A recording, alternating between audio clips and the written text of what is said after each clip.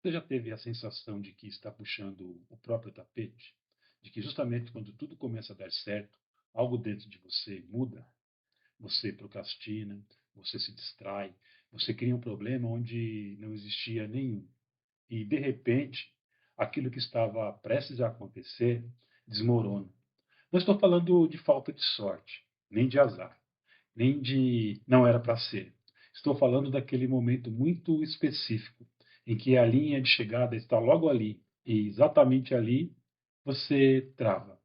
Ou pior, você sabota. A gente passa a vida ouvindo que o grande medo humano é o medo de falhar. Mas hoje eu quero te propor uma hipótese mais incômoda, mais profunda e talvez mais verdadeira. E se o seu maior medo não for fracassar, mas de dar certo? Sim, porque dar certo muda tudo. E o seu inconsciente nem sempre quer mudança. Nesse vídeo, a gente não vai ficar na superfície.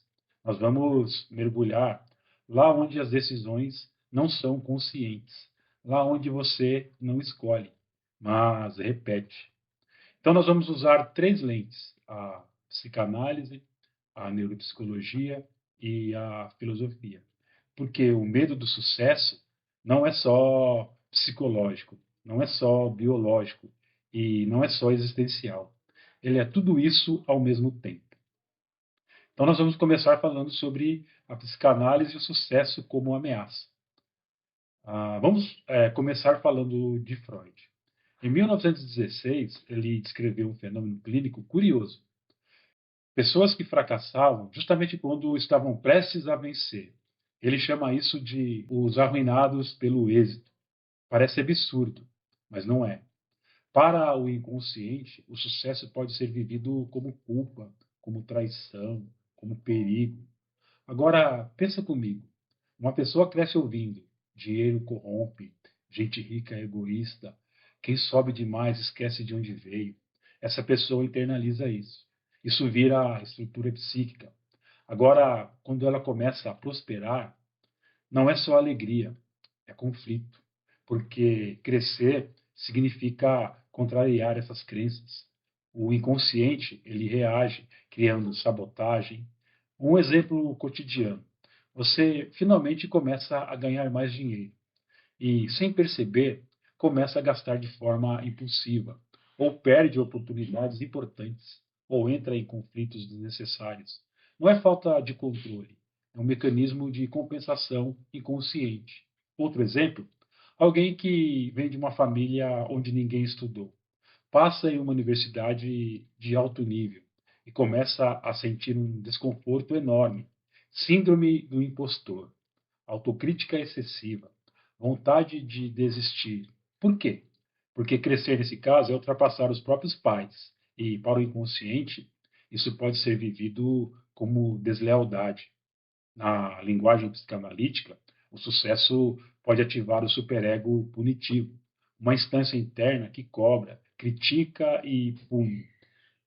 E aí surge aquela voz: você não merece, isso não vai durar. Já já você perde tudo. E o mais perigoso, você acaba acreditando. Então, agora vamos falar sobre a neuropsicologia na abordagem dessa situação. Então, agora vamos sair do divã e entrar no cérebro. Do ponto de vista neuropsicológico, existe uma verdade dura. O seu cérebro, ele não quer que você seja bem-sucedido. Ele quer que você apenas sobreviva. E sobreviver não exige crescimento, exige previsibilidade. O cérebro ama padrões, ama a rotina, ama a repetição, porque isso economiza energia. Agora pensa, se você passou anos em um padrão de estagnação ou de dificuldade, ou até de sofrimento emocional, esse padrão virou normal para o seu sistema nervoso, mesmo sendo ruim, porque o cérebro ele prefere um sofrimento conhecido do que um sucesso desconhecido. Vou te dar um exemplo real. Você recebe uma proposta incrível de trabalho, mas ao invés de agir com clareza, você sente ansiedade, confusão, procrastinação. Isso não é preguiça, é o sistema nervoso tentando te manter no familiar. A amígdala cerebral, ela entra em ação. Ela detecta a ameaça, mas ela não é sofisticada. Ela não diferencia um leão de uma entrevista de emprego. Para ela, é tudo risco. E o que ela faz? Ativa a resposta de luta ou fuga. Aumenta o cortisol, aumenta a frequência cardíaca, diminui a clareza cognitiva. O resultado? Você trava ou foge. Um exemplo cotidiano brutal. Você precisa mandar uma mensagem importante que pode mudar a sua vida e simplesmente não manda. Mas isso tem explicação. Seu cérebro te protegeu do desconhecido. Outro exemplo, você começa a se destacar nas redes sociais, mas começa a sentir medo do julgamento, medo de exposição, e começa a diminuir a frequência e se sabota. Porque visibilidade para o cérebro primitivo significa risco social. E na evolução, ser rejeitado pelo grupo era praticamente sentença de morte. Agora vamos subir um pouco o nível, vamos falar sobre filosofia, porque o ser humano não vive só de impulso, ele vive de sentido. E aqui entra Abraham Maslow. Ele falou sobre o complexo de Jonas, inspirado na história bíblica. Jonas foge do próprio destino, não porque ele é incapaz, mas porque tem medo do que ia se tornar. Maslow dizia: nós temos medo da nossa melhor versão. E Jean-Paul Sartre, ele dizia o seguinte: o homem ele está condenado a ser livre, ou seja, você não tem para onde fugir, você é responsável. E o sucesso amplifica essa responsabilidade. Se você fracassa, você pode culpar o mundo, mas se você tem talento, tem oportunidade, tem capacidade, e mesmo assim não o faz, a responsabilidade volta inteira para você. E isso é pesado, muito pesado. Vou te dar um exemplo do cotidiano. Uma pessoa diz: eu queria ter sucesso, mas no fundo mantém hábitos que sabotam esse caminho. Porque enquanto ela não chega lá, ela pode continuar dizendo: ah, eu poderia se quisesse. Mas quando ela chega, não tem mais desculpa. Agora ela precisa sustentar, ela precisa manter, precisa lidar com as consequências. E isso assusta. Outro exemplo. Em relacionamentos. Alguém encontra uma relação saudável, mas começa a criar conflitos, testar o outro, se afastar. Por quê? Porque uma relação boa exige maturidade emocional. E isso é mais difícil do que viver no caos. Então, agora nós vamos falar sobre um mecanismo invisível que dispara o ganho secundário.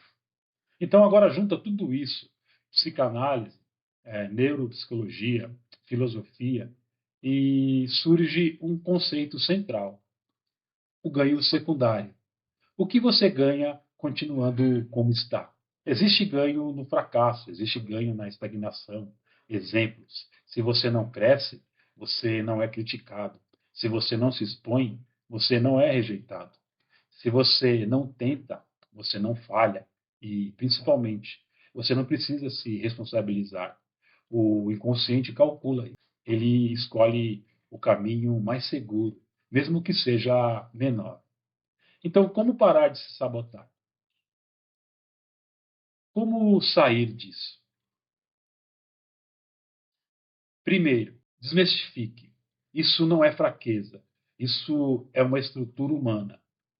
Segundo, observe padrões. Perceba quando algo começa a dar certo e você muda. Isso é ouro clínico. Terceiro, nomeie o processo. Se vier a sabotagem, diga internamente: isso é medo do sucesso. Só isso já cria distância. Quarto, regule o corpo. Respiração, pausa, porque sem regular o sistema nervoso, você não consegue agir. Quinto, aceite o desconforto. Crescer dói, expandir dói, sair do padrão também dói, mas é um tipo de dor diferente. é dor de construção. O sucesso não é um lugar, é um processo. E nesse processo, o medo não desaparece. Ele anda junto. Mas existe uma diferença fundamental. Antes, ele dirigia. Agora, ele vai no banco de trás. E a pergunta que fica é simples, mas perigosa. O que você faria hoje se parasse de fugir da sua própria potência? Se parasse de sabotar aquilo que pode, de fato, transformar a sua vida? Se você se identificou com esse vídeo, alguma coisa te tocou, peço para você clicar aí no joinha, se inscreva no nosso canal e passe a seguir as nossas reflexões. Um abraço e até o nosso próximo vídeo.